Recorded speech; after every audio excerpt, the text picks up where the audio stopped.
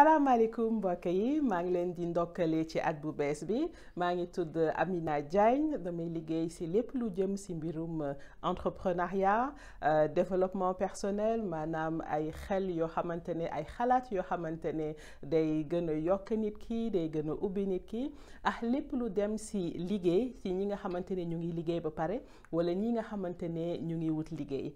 thématique yooyu la ñu nar a waxtaanee ci VSD bi. Programme bi nag chaque semaine lay doon vendredi ak samedi programme bi en français lay doon waaye dimanche incha allah fas naa yéene def chaque dimanche thématique boo xamante ne ci wolof lay doon kon boo leen amee loo xamante ne bëgg ngeen ko laajte mën ngeen ko bind ci commentaire yi et dinaa gën a mun a développer ci dimanche bi ci topp incha allah thématique yi nga xamante ne moom moo leen gën a yitteel maa ngi leen di jaajëfal bu baax a baax.